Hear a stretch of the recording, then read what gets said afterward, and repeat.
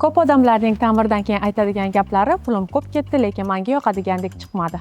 Bunga esa sabab noto'g'ri qarorlar bo'ladi. Bugun men interyer dizaynida ko'p uchraydigan xatolar va ularni qanday qilib bartaraf qilishni o'rgataman.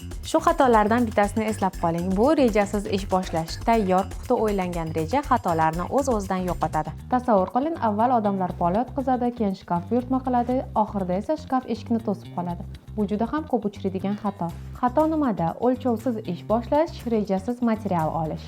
Nima bo'ladi? Mebel sig'maydi, material ortib qoladi, pul esa 2-3 marta ko'p ketadi. Bu holatni qanday oldini olsa bo'ladi? Avval xonani o'lchab, telefonga yoki qog'ozga reja qilib, keyin xarid qilish kerak bo'ladi. Ko'pchilik uyni qiziqarli qilaman deb devorni har xil rangga bo'yashadi. Natijada bu ko'zni charchatadi va boshni og'ritadi. Xato nimada? Hamma devor alohida yorqin ranglarda.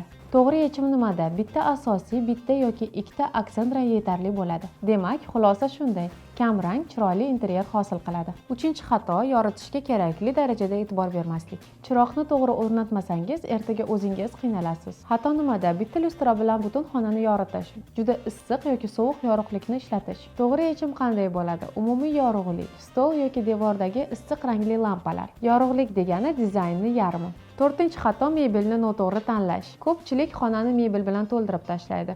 Ko'p mebel degani bu zo'r degani emas, bu aksincha noqulaylik keltirib chiqaradi. Kichik xonadagi katta va juda ko'p mebel xonadagi harakatni qiyinlashtiradi va uni kichik ko'rsatadi. Bu kabi xatolarga uchramaslik uchun xonani to'g'ri o'lchab, minimal va ko'p vazifali mebel tanlash kerak bo'ladi. Eng to'g'ri qaror kichik xonani kam mebel bilan jihozlash kerak. Bir xil uylarga borsangiz, dekorlar juda ko'p bo'ladi, lekin bu sizga hech qanaqa his-tuyg'uni bermaydi. Chunki ortiqcha dekor har doim vizual shovqinlikni keltirib chiqaradi. Vizual shovqin oqibatida tartibsizlik va arzon ko'rinish hosil bo'ladi. To'g'ri yechim dekorlarni me'yorida joylashtirish va bo'sh joylardan qo'rqmaslik. Dekor ko'payishi natijasida uyingizda chiroy yarataman deb uni yo'qotib qo'ymang. 6-xato pul tejayman deb arzon mahsulotga uchish. Eng arzonini olay degan fikr eng qimmat xatoga olib keladi. Arzon material tanlash oqibatida uni sifati tez buziladi va qayta ta'mirlashga olib keladi. Tejash mumkin bo'lmagan joy: pol, elektr tizimi va asosiy materiallar. Tejash mumkin bo'lgan joylar esa dekor, rang va pardalar. 7-xato modaga moslashish. Ko'p uy egalari moda bilan hamnafas bo'laman deb internetdagi rasmlarni ko'chirib olib, shu xatolarga yo'l qo'yishadi. Natijada uy noqulay bo'lib qoladi va hayot tarziga to'g'ri kelmaydi. To'g'ri yechim esa hayot tarzingizga mos dizayn yaratishni o'rganing. To'g'ri dizaynni esa men bilan birga o'rganishingiz mumkin. Amaliy xulosa: reja qildimmi? Ranglar kammi?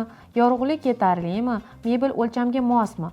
Dekor me'yordami? Agar shu savollarga javob topsangiz, uyingiz qulay va shinam bo'ladi. Yodingizda bo'lsin, yaxshi dizayn qimmat emas, o'ylangan dizayn qimmat hisoblanadi.